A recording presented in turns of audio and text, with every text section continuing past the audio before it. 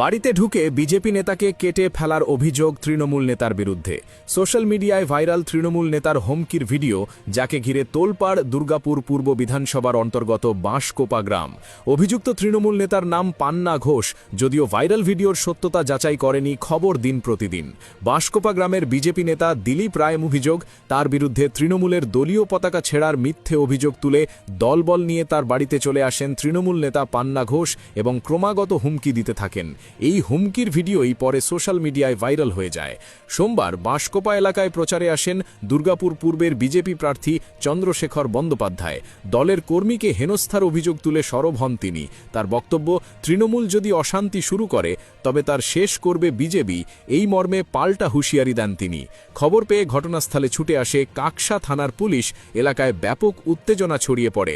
রামনবমীর দিন থেকে তৃণমূলের পতাকা ছেঁড়ার অভিযোগ উঠছে এবং সবকিছুর জন্য দিলীপ রায় নামে বিজেপি নেতাকেই দায়ী করা হচ্ছে, এমনটাই দাবি অভিযুক্ত তৃণমূল নেতা পান্না ঘোষের। ভোটের আগে এক তৃণমূল নেতার বিরুদ্ধে এ ধরনের দাদাগিরির অভিযোগ উঠায় সরগরম হয়ে উঠেছে দুর্গাপুর পূর্ব বিধানসভার অন্তর্গত বাঁশকোপা গ্রাম এলাকা। তৃণমূলে পান্না ঘোষ আমাকে ফোন করে বলে যে এরকম ব্যাপার, আমি নাকি ওর ফ্ল্যাগ ছেড়ে দিয়েছি।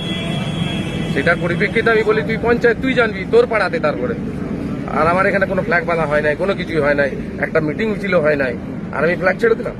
তারপরে ওরা দল বেঁধে থানার লোকও এসেছিলেন, আমার ঘরকে চলে আসে।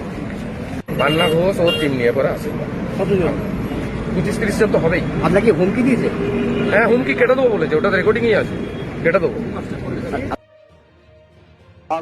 হরিবাজার এবং বাস্তু বিহার, তিনটে প্রজেক্টে আমাদের মন্ডল সভাপতি বুদ্ধদেব মন্ডলের জিএস সুরজিৎ দ্বারা আমাকে নিয়ে ওখানে প্রচারে বেরিয়েছিলেন, তরুণ দাস সহ।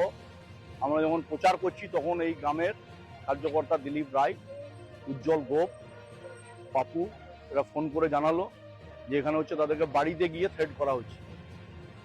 তৃণমূল কংগ্রেসের কোন এক ছিচকে আছে, হ্যাঁ, কারখানায় মাল তুলে খায়, আর সেই মাল এখানে লোককে ওই মাল ঝালগুলো এখানে থ্রেট করে বেড়াচ্ছে।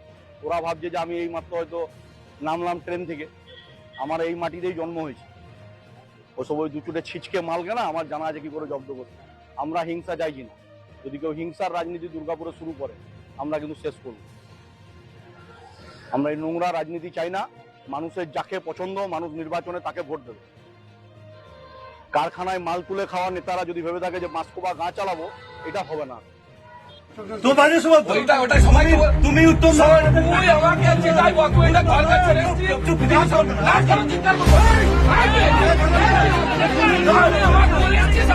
কথা